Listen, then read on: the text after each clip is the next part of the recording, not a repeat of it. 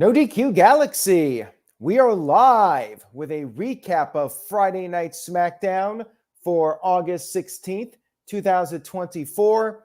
Shout out to everyone watching this, whether it's live or on demand. We have just a few weeks now of Smackdown on Fox, but things are definitely not slowing down in the world of WWE during this lame duck period, you could call it. Things are heating up as we get into the fall. Let's talk about the show. Sold out crowd in Orlando, Florida, and a really hot crowd. They were on fire for this show. Big ticket in Orlando. We kicked off SmackDown with Tiffany, Stratton, Pretty Deadly. They were there for Nia Jax's celebration as the new WWE Women's Champion. Nia Jax had her crown on. She was carried out on her throne. She cut a promo. She said that the whole thing wasn't really her style. She's more about destruction. And she wanted everyone, including Tiffany Stratton, the Money in the Bank holder, to bow down to her. Tiffany did not do this. But she had something else for Nia. She had Pretty Deadly sing a song from their musical, and that they did. Then Michin interrupted, came out there with a kendo stick, took out Pretty Deadly with the kendo stick, and that was our first segment of SmackDown. I was not a fan of this segment. I will say that. I thought it was very annoying, and not in a good way. Not like I want to see them all get beat up by the baby faces. It was more like I want to change the channel. Just my opinion on it. It felt the most like a bad Vince McMahon comedy segment than anything on WWE television in quite some time. Michin coming out there, okay, yeah, she's going to be the first person to be fed to Nia Jax. We've already seen it. We've already seen Michin as enhancement talent for Nia Jax. She's just a filler opponent. It is what it is. Where's Bayley? What's going on with her? Wasn't a fan of this opening segment. Shout out to good old JM Jeff Meacham, who sent in a $2 super chat. Thank you, Jeff. Jeff says, rest in power, Afa. We'll talk about Afa in just a few moments. Unfortunately, Afa did pass away. He was in really rough shape yesterday, to the point where certain reporters were prematurely announcing that Afa passed away when he was still clinging on to life. Unfortunately, the world did lose him today. And we'll talk more about that momentarily. Thank you again, Jeff. We had our first match of the evening, Andrade versus Carmelo. Now, I thought this was a great match.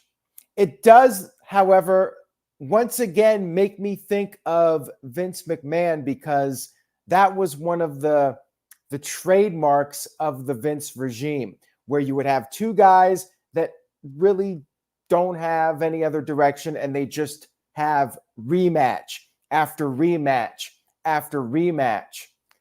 Why are we getting all these matches with these guys? I know they have chemistry in the ring and they're really good, but I'm just not feeling the storyline behind it. It feels like, okay, we don't know what to do with Andrade. We don't know what to do with Carmelo. So we're just going to keep throwing him out there in matches. And of course, some people will say, oh yeah, these guys are great. They can wrestle forever. But I just feel like I want to see something different out of these guys. It was a very good match, though. Competitive, much like the first two. Carmelo being a little bit heelish, slipping to the outside of the ring. It was back and forth. Andrade did some of his signature moves, did the moonsault to the outside of the ring, and then did the avalanche Spanish fly. But Carmelo was able to kick out of that. Carmelo then countered the Three Amigos with a cutter. They traded some near falls. Andrade hit the spinning back elbow. Carmelo kicked out of that. Crowd was chanting, "This is awesome." And then Carmelo was able to counter the message and finally got a win over Andrade. Not 50-50 booking because Andrade got 2 wins. Now Carmelo has 1. Are we getting a best of 7 series out of these guys? Are they going to end up a tag team like Sheamus and Cesaro back in the day where they just had match after match after match and then they became a tag team? Where is this going? I don't know, but it feels very much like something Vince McMahon would book where he just keeps putting the same 2 guys against each other over and over again. Pretty soon it's going to be like one of those collages where you have 10 different Carmelo versus Andrade graphics for SmackDown television matches. After the match was over, Andrade applauded him. Carmelo, though, was gloating, and Andrade had enough of it. They started brawling again. You had the officials run down, and guess what we had? We had the classic pull-apart brawl, which always works for the live crowd. They chant, "Let them fight." I'm not a fan of these segments, the pull-apart brawls. Like contract signings, I think they're done way too much. I enjoyed the match, but that's about all I enjoyed out of this, I have to say. I hope they can come up with something better for these 2 storyline-wise. And hopefully it's going somewhere interesting. Backstage, Solo Sakoa, who is in possession of the necklace, the tribal necklace, he said that if Roman Reigns wants to take the necklace from him, he better come do it. And then Solo did admit that if Roman Reigns can take the necklace from him, Roman will become the tribal chief again if he can actually take it back.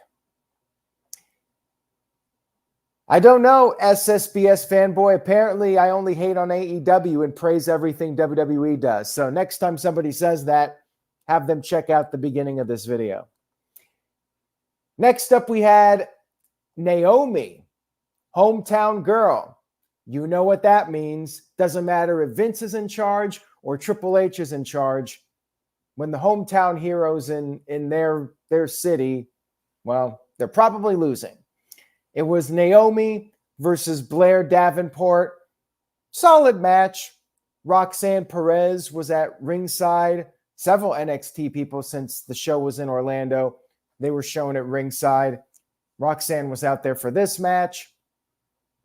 It was a back and forth match.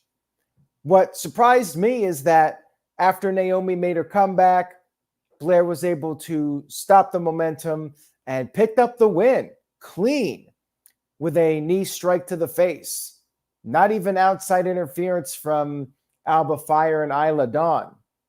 Clean win for Blair Davenport. There you go. Sucks for Naomi. Takes another L. Hasn't really done a whole lot in this run, but WWE is investing in the future. So I still think Naomi's in the wrong role. I've been saying this for the longest time. The glow. She's doing the same gimmick she was doing 5 years ago. She needs to go to the Bloodline. I've been saying that for years. It never happens.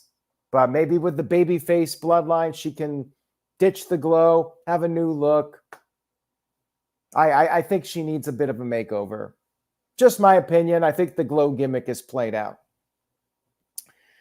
We had another video package for Giovanni Vinci. Not much else to say other than what was said last week. He's still got the gimmick that he's been doing, and we'll see where it goes.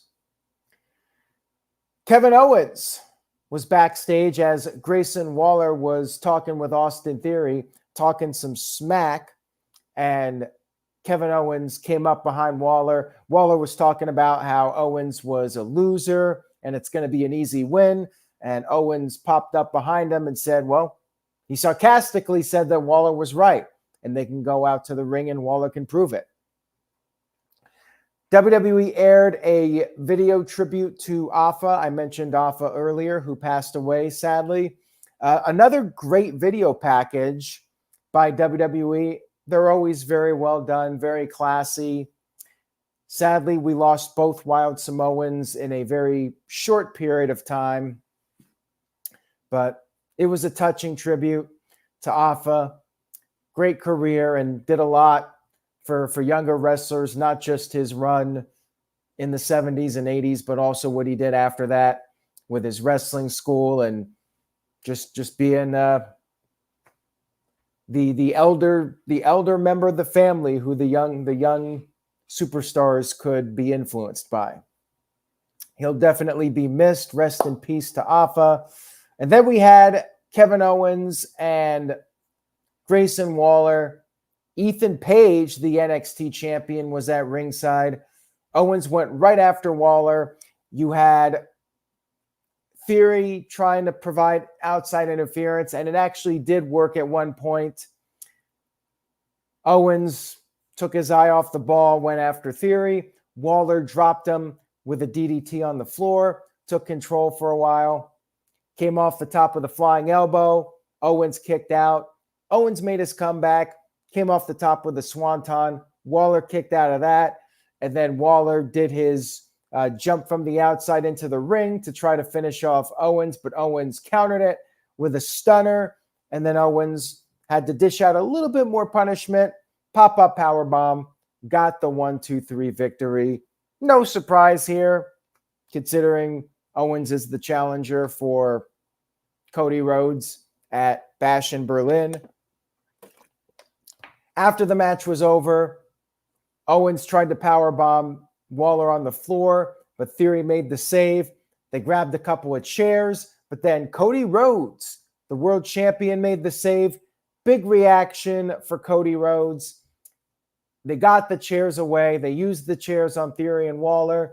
Then Owens went over and picked up the WWE title as Cody Rhodes was reaching for it. A little bit of tension here, but then Owens handed back the title to Cody and gave him a pat on the back. No heel turn yet. I guess the plot thickens. We got Bash in Berlin coming up not too long from now, 2 weeks away. And there's still a little bit more time to have things escalate with these two. Backstage, we had, well, not backstage. I guess this was at a restaurant. Maybe backstage was turned into a restaurant. We had Legado del Fantasma having their dinner, and Legado talked about LA Knight. Santos Escobar vowed to win the title. He called LA Knight trailer trash. And then we had a response from LA Knight in front of the fans. LA Knight got a big pop, and he said that he is trash, but he's also mixed with Flash, and he's going to kick Santos's ass.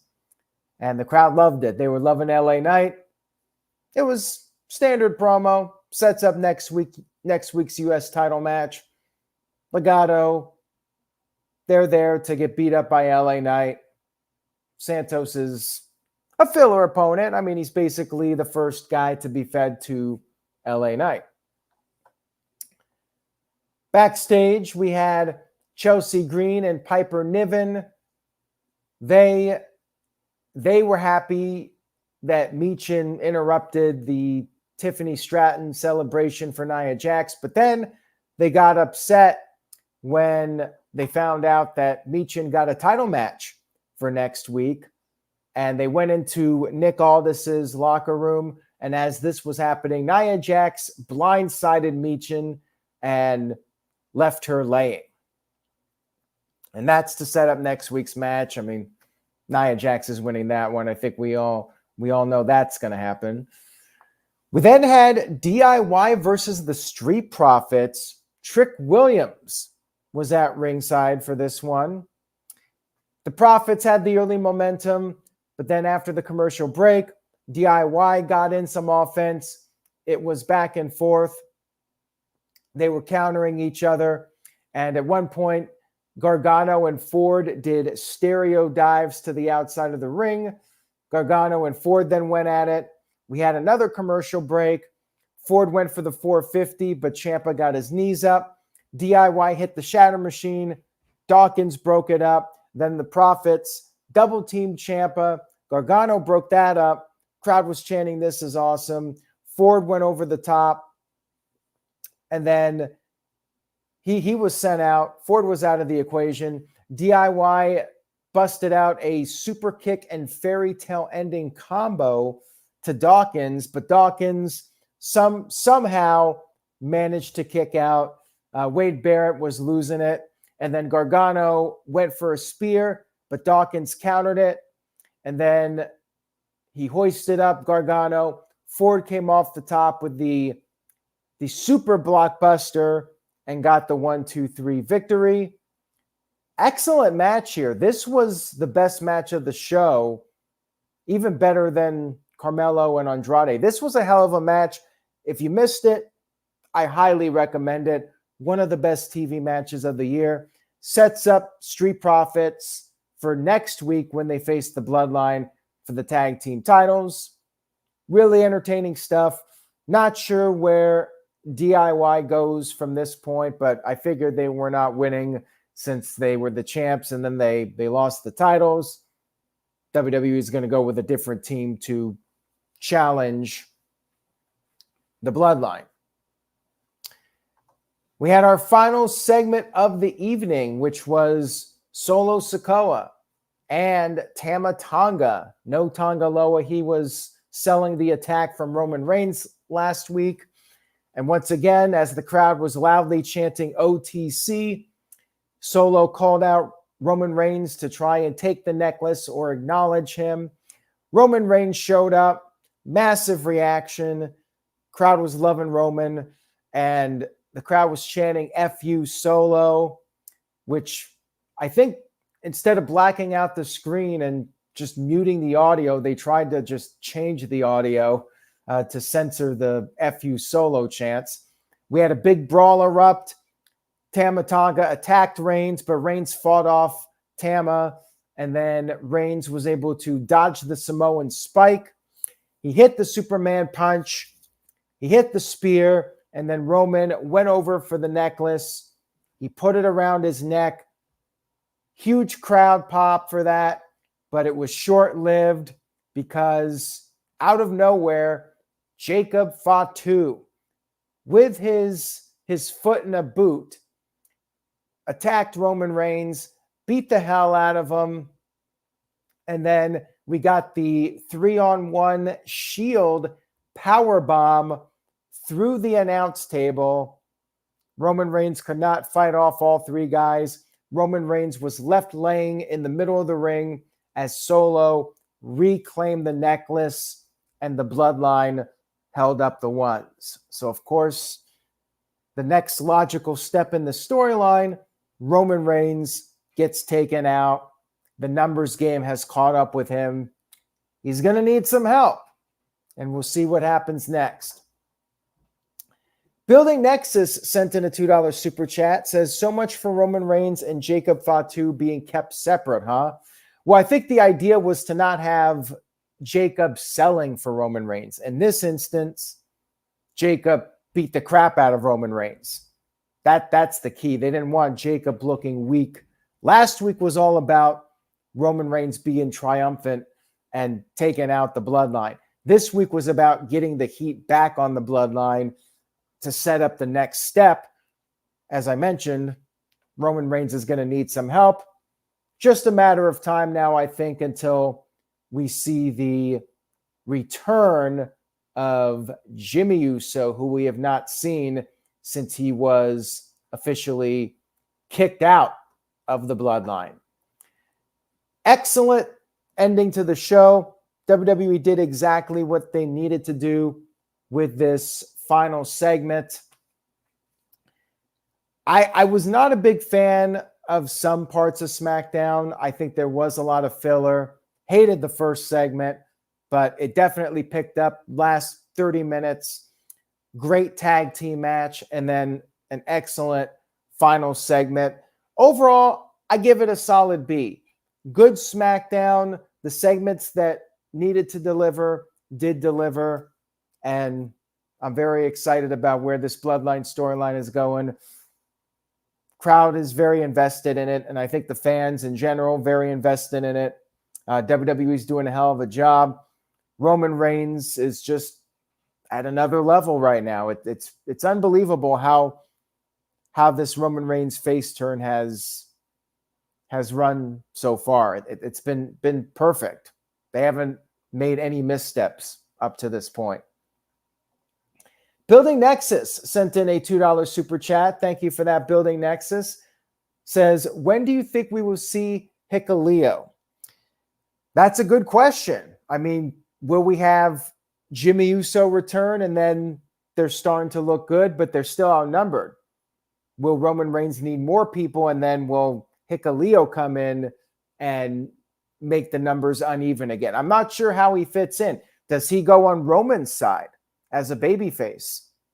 I guess we'll have to wait and see how this all plays out, but I'm calling it. It makes sense. Bloodline versus Bloodline at Survivor Series. I think we all see that coming. The question is, will it be 4-on-4 or will it be 5-on-5? Are we going to get even more members in to balance it out so it's an even 5 versus 5? I don't think we're going to get The Rock in a match, but yeah, they might need Hikuleo if they're going to have 5-on-5. But then who do you have fill out the Roman Reigns side? I mean, you got the Usos, and I'm thinking Sami Zayn is going to be the honorary Us for the Bloodline. So you have the original Bloodline. Could be 4-on-4, but maybe they'll add a few more people and make it 5-on-5. We'll see what happens. Very much looking forward to the next part of this storyline as it progresses. And I definitely recommend checking out the last 2 segments, the tag match and the main event segment. Thank you all for tuning in tonight. I very much appreciate it. If you liked the video, please give it a thumbs up on the No DQ YouTube channel, nodq.com/YouTube. Subscribe if you haven't already. Tell a friend about the channel. Please spread the word. Say yes to nodq.com. Have a great weekend, everybody, and I will see you all next time.